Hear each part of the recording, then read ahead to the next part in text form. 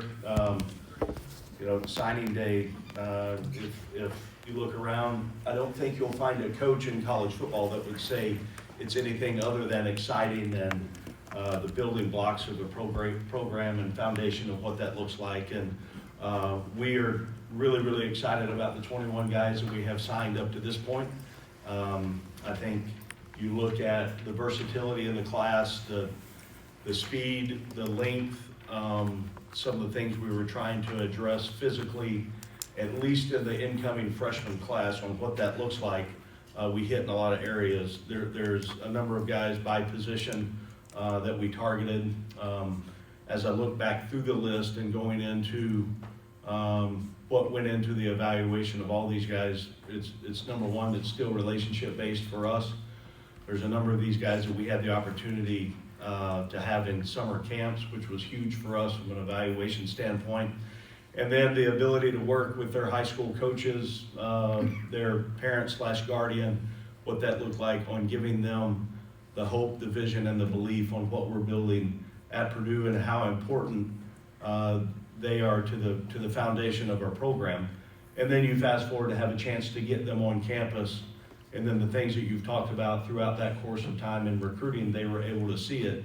And it all circles back again to about the people that are part of Purdue. And so we're really excited about this group. Of the 21, right now 17 of them are on track to be mid-year grads, which will be huge for us in our winter conditioning, the Winning Edge program, spring practices.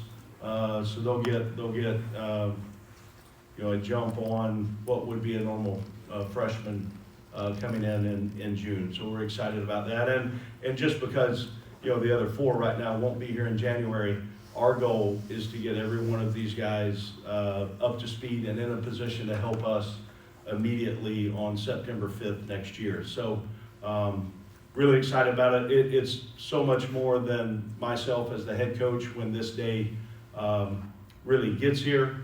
There are so many moving parts that make it happen, and I just wanted to bring a couple other staff members to the front. Butler Benton joined us not too long ago, Executive Director of Player Personnel. Brandon Lee, who has been here since really pretty close to when I started, which was not quite a year ago. He's our General Manager. And then Brad Odom is in recruiting, Director of Recruiting. So when the correspondents and then families get on campus, Brad's got a team of people that kind of help and take over.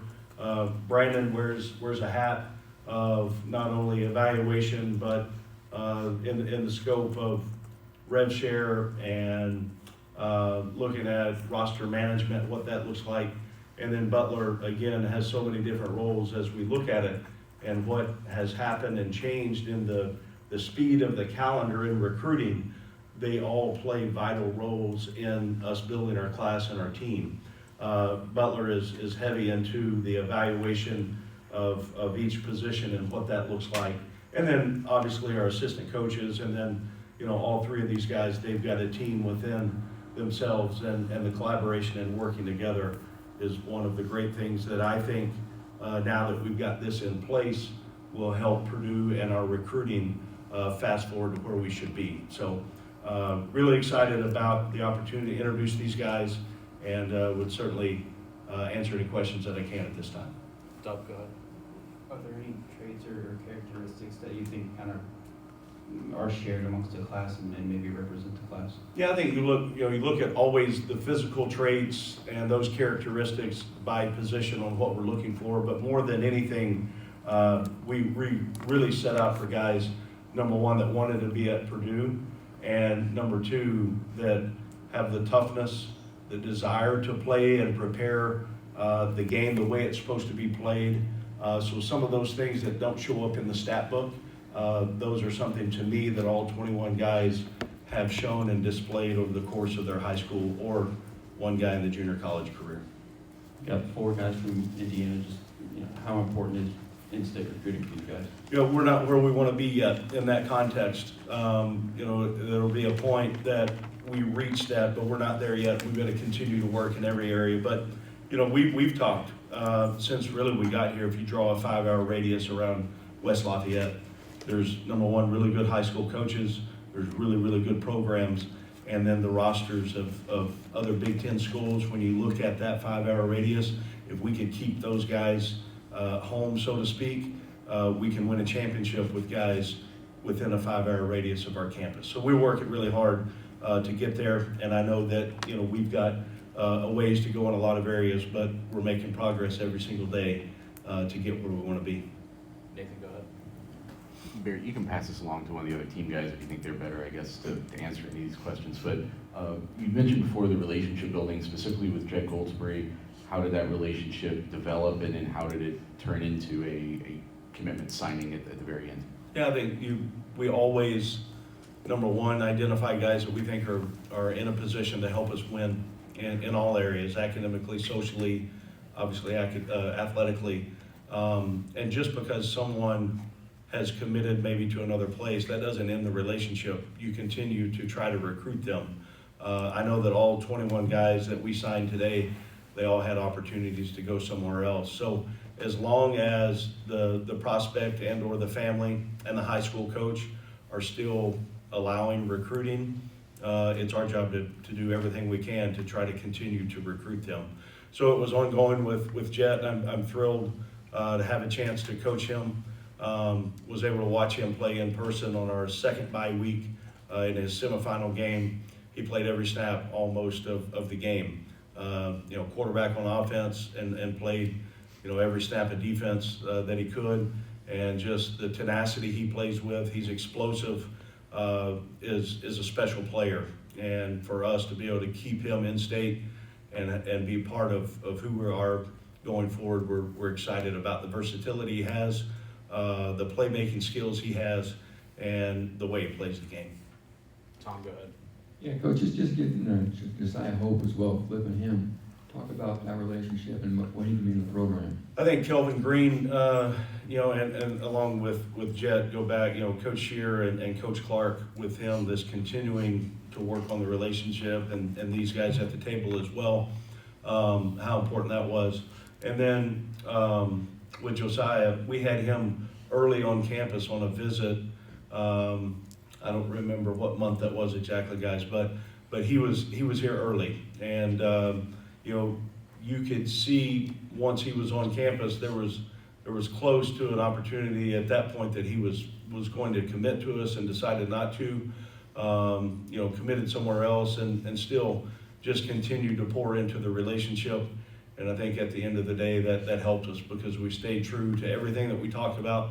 Ended up being true, in every aspect towards the end of what recruiting was for him. And now my challenge for those guys, when I talked to most of them this morning, today is a great day, an exciting day for everyone, but this is not the mountaintop. This is another step on the journey of what it takes, and now how important it is to flip the switch from a mentality standpoint and get ready to, now it's not waiting on your turn to go play, it's let's go create the opportunity to help this team go win this next season. What's the best part of this class? I think the versatility, and then if you look at, there's a lot of guys that either competed, won, or went down deep into the playoffs in their respective state. So I think there's a winning culture with that, the expectation of what that looks like, a lot of really good programs represented here, and just can't wait to get them into our building and our campus and start teaching them about Purdue. Barry, you had a lot of older players in the secondary this year. You got a handful here committed. How big was Dax, somebody who's already got that college experience, to join this group? Yeah, I think it's really important. There's going to be a lot of changes still with our roster here in the next few weeks. So how important it is for us to continue to add when opportunity presents itself. But again, it's got to be the right fit. We did have a number of guys that just had 1 year of eligibility at that position and leaving. So how important it is to piece together the right guys. Are they just a corner? Is there position flexibility where they can play both safeties and the nickel spot? All that goes into the decisions we make on how we add guys at that position specifically. but there's a lot of opportunity there for sure, and especially for these guys. And then for Dax to come in, when his junior college season is over, they're still competing and playing. He's a punt returner. He's played, a couple of safety spots for them. So I think he's got a little more experience, obviously, with the junior college world than some of the high school guys. But we expect for us to get those guys in position to go play and help us right away. Some of these guys that you got very early in the process once you got here, Rico being one, Brock Brownfield, I think, Kobe Cherry maybe. How did they help build this class just because now they're on board, they can go out and kind of behind the scenes recruit these guys to come and be their teammates? I look at what Rico, what he has done and held true to staying committed to us. Same thing with Brock. Both of those guys are going to be really good college football players. They've got the characteristics that you look for at that position to be somebody that I think will have a great college career. But also the mentality of what they were able to do, the toughness that they displayed, and then the truthfulness and the honesty that they just continued to hold with us through a very, very tough season. And they both, again, they had plenty of opportunities, and for them to stick to their word, that makes me think even more highly of what they're going to do once they get here. What drew you guys to Cornberry? Say it again, I'm sorry, I didn't hear. What drew you guys to Cornberry? Yeah, we had him, Coach Henshaw and Coach Henson knew about him early on. There was a connection with the high school coach. Both of them were able to go see him throw live. It would have been last January, I guess, when we got on the road for the first time as a staff. And then again in spring evaluation, that would have been the time that they saw him. Really thought that he had some traits and skill sets that we look for just in delivery, arm strength, talent in that part of it. And then also you look at the history of Purdue with quarterbacks, and I think every kid that we've talked to through the recruiting process, you start dropping names of guys that have been at Purdue that have played that position, and it stands out and it's very, very attractive, and that helped us for sure.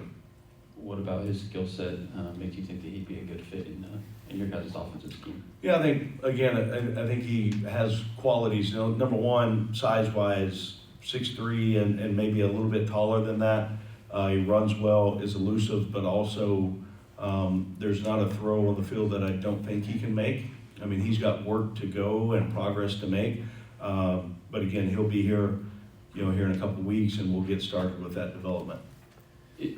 For when the early enrollees get here, is there anything that you kind of look for in terms of what you want them to get out of their first several months on campus? Is it grasping the playbook? Is it transforming their bodies? Like, how do you kind of gauge how much freshmen grow? Yeah, it's all the above, and it's total experience, and then every person in our organization pouring into them. It's hard. I was a mid-year enrollee, and I remember, change is always hard, and newness, and you go from being the starting quarterback to walking in that you're not the starting quarterback the first day you step on campus here.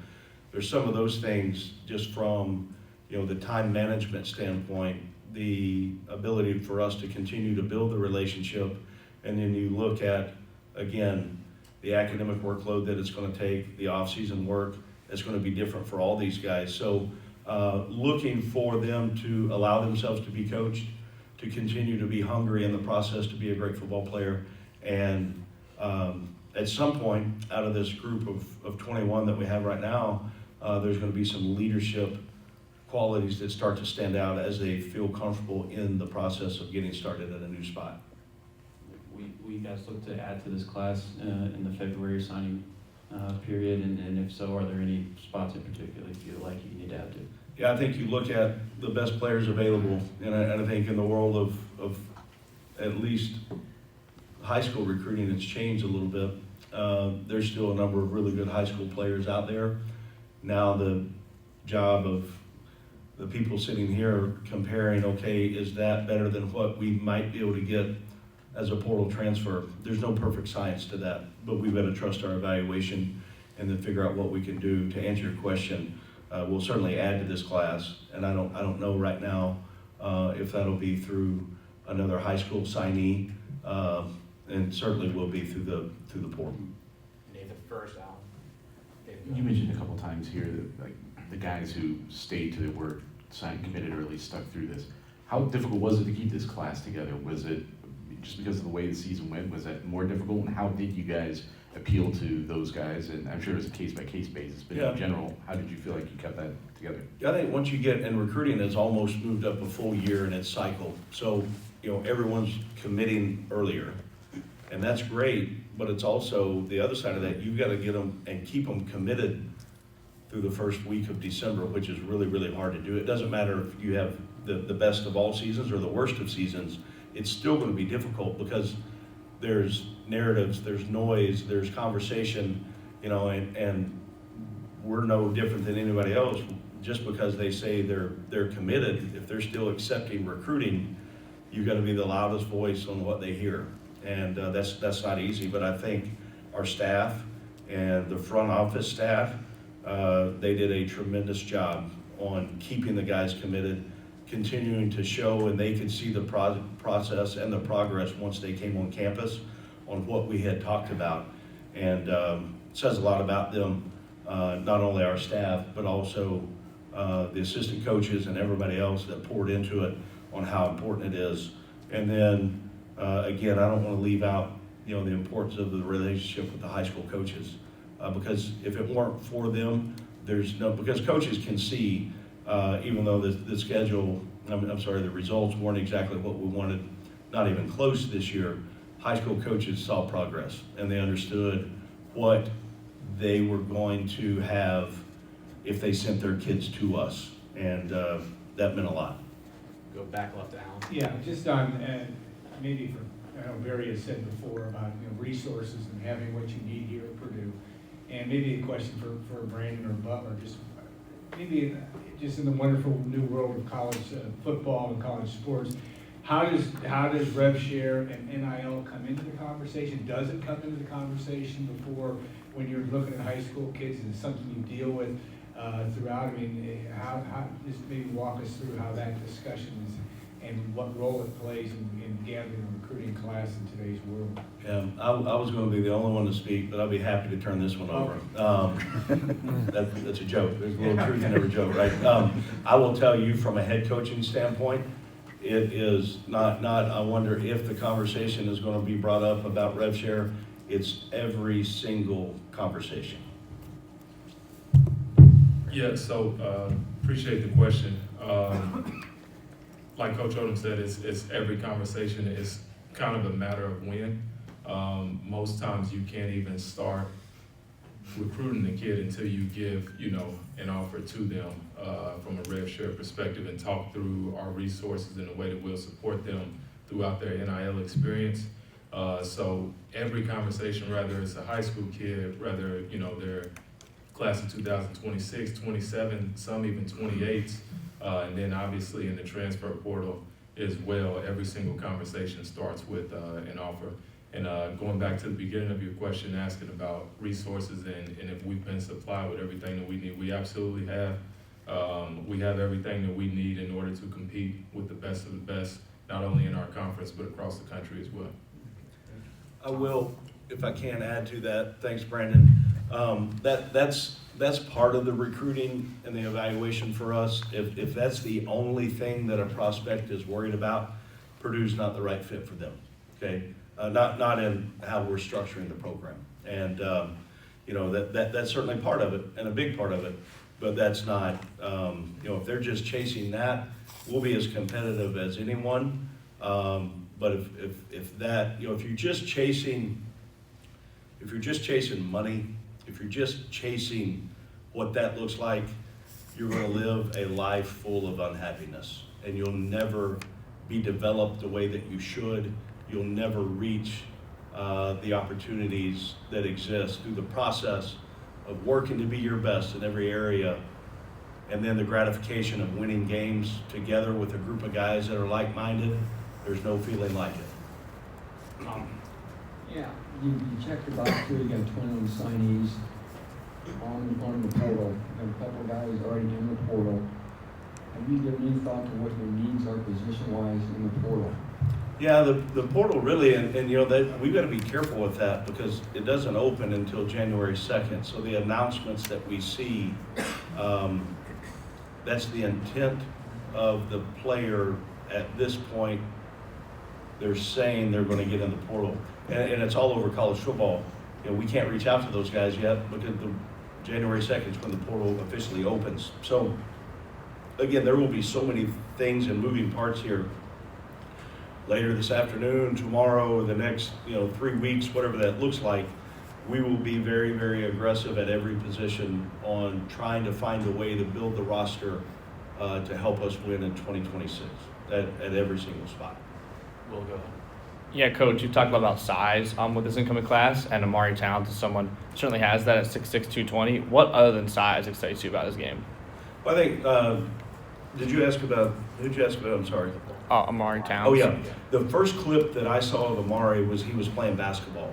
And every dunk that you can do, not you specifically, but every dunk that's available, You don't know him. he can do it. I mean, just like athletic skill set that is off the charts. And so the number one, and that, I worked for Gary Pinkel for a long time, and that was one on his kind of his tough questions and checklist, physical characteristics. Does he play other sports? And if you check the box, yes, that was a redeeming quality. And then you look at the film on how he played. I'll try to keep Coach Painter away from him because on the basketball court, he is phenomenal. So his skill set there, I think he's just scratching the surface on what he can be as a football player. But as far as a true athlete and the size and the ability to develop him, I think he's got a tremendous future. Going back to Riley. Coach, you got 9 different position groups represented by this class. How important is that variety for this program now and down the line? Yeah, I think we're always going to be a high school recruiting team. And if you can identify guys that we feel like can win in the Big Ten, and then you get them in your program and develop them, hopefully that we get these 21, and next year at this time, there's been a number of them that have played for us, but also that we retain in the program. And then year 2 in the program, then they may be a starter. Okay, and I'm not saying, some of these guys may come in and start right now. I'm not saying they're not, but also the ability at each position to get a core group of guys, add to the guys that we signed in the short cycle last year, add this group to it, and then you've got a strong foundation of what it's really supposed to start looking like. And I think that's really, really important on the flexibility of the roster by position to get every single position represented in some context.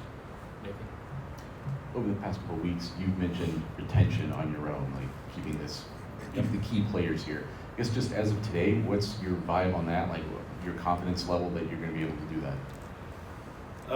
Confidence level, it changes minute by minute, and I wish I had a great answer. There's no, and I'm not trying to be hard to work with on this. I feel good about it, but also I didn't bring my phone in here and I could walk out the door and have 5 guys saying, hey, we decided we're going to go elsewhere. So it's daily. We've had exit meetings with all the players on the team. I feel like we're in a good spot. That can change in a moment's time, for the good or the bad. So we're continuing to work on that and understanding, how important it is, hopefully, to keep a number of these guys, because I do feel really strongly about the core nucleus of guys that we have. If we can keep them, another year of the system and the program is certainly going to help us out. As professionals, is that the same skill set as when you're closing a high school recruiting class? Is it a completely different part of the job? Like, do you understand? Like, is there a correlation there? I think some of the guys that have college experience, I think there may be more opportunities because they've proven it on this level to an extent. There's actual validation of them playing in a college game. Okay, so coaches can identify that and see that and say, okay, I see the body of work there, his skill set compared to a high school player that's just played high school ball. So yes and no, honestly, on what that looks like. I think there's some carryover and similarities, but some differences as well. And you ended the season, I think, with 5 scholarship quarterbacks, and now you're adding another with Corin. Is that a position you're gonna still be aggressive with in the portal, or does it have to be attrition in order for that to make sense roster-wise? Yeah, it all depends on who ends up deciding to stay. You talked about the early guys in the class and how they kind of helped build this thing, but the guys who are already here, we saw them, through 10 straight losses come up here and continue to say the foundation is there. They're still playing for something. How much of a selling point is that, where those guys have the right mindset through, what you went through this season? No, I think for the most part, you talk to the guys, and I had senior exit meetings individually with every single senior, and you listen to the things they were saying, and I don't think they were just telling me what I wanted to hear. They were very, very honest and open about a number of things, which was great, and I respect it because they did, even though we fell short in win-loss. There was a lot of great things that came out of that, and how close we all feel like that we are. And my regret, one of my regrets with them is that I could not get that group to a bowl game, because I wanted to experience that with those guys. And that they had echoed the same things, but also it was a little bit for me in a good place to be able to hear what they thought, how close we really are. And they know that next year, when we're getting ready to play in postseason play this week, next year, they will know that, and they do know that they were such a huge part of the beginning of what that's going to be for consistent time. I think Isaiah Wright might have been your guys' most productive signee as far as their senior season. Just what do you like about his game and his skill? I do think the way he runs, pad level toughness. I do think he's got some speed, really, really good vision, and he's built physically like a guy that can come in and help us right away. And he's got the right demeanor. I think he's got the right mindset. He won't shy away from pass protection. I just think he's got a lot of those qualities early on that in his favor can help him out. And then a couple of defensive ends, edge guys, Max Carmichael and K-Trap Webb. Just what do you like about him? Yeah, Max is, man, he is, I want to say, how tall is Max? 6'6.5", 6'7". I mean, he's got really good length. I think he's got good explosion and acceleration off the ball. And then Contrell Webb, look at some of the things that we saw him on his junior tape do out of the stand-up defensive end, joker position. I think it relates well to what we want him to do at this level. He's got the ability to bend. He's got the ability to really have a one-on-one, get him in that situation, pass rush. He's got some natural ability with that, and excited to get both of them here and help us out. Barry, will Butler's job be to build a roster, or is he the boss with that? They're all my bosses. I've got 1, 2, 3, 4. I've got 5 bosses in the room, so at least, and then I'll probably miss somebody. But we all work together, and I think when you look at the ability to collaborate with talent evaluation and acquisition, and the number of things, and then recruiting experience. If we don't work together, we're cheating what could be something really, really special. So I've got a lot of trust in how we've got the start of this structure, and we all have different skill sets of what we do well. We've got blind spots on where we need help, and I need help in all areas, and but I'm in a really good spot on where I think this thing is going, from evaluation, recruiting, and then going and securing guys. More questions for Coach? Sam, one more. Just want to go back to Jet, and obviously his dad played here on some of the best teams Purdue's ever had. When you have legacy kids who are of that talent, how important is it that you kind of dip into things that happened 25 years ago to kind of sell them? Yeah, I think, and every situation will be different. Some, there was, and I'm going to go back on just a personal story. I had a younger brother that followed me, and I played at a certain place, and I could not understand why we couldn't get, neither could the coaches. They couldn't understand why I couldn't get him to come play where I did in college. But he didn't want any part of that. He wanted to go write his own story, and he didn't. He went elsewhere. So every situation's a little bit different, and I think there's part of that with Jet that, man, is so cool. John was a really good player and excited to have part of, that history. He taught me a lot about, some of his teams, on what that looked like and the coaches. And so that was good for me. But also Jet's going to write his own, write his own story and blaze his own trail. There will always be a component of that because of the connective piece. But I've got to be careful not to always just assume, well, Jet wants to come here because his dad did, because I go back to what it was like for me and my own family, or what that looked like. I just don't want to assume that, hey, we're going to go get this kid because his dad or his uncle played here. That may not be the case, or I think it certainly helped us in this situation. But also, I want Jet to be his own guy, and do his own thing, and also he'll be reminded plenty of times that his dad played here, and that's great. But also, my challenge is to get Jet to be the best him and put him in position to be successful. All right. Thanks, Coach. Thanks, everybody. Thanks, guys.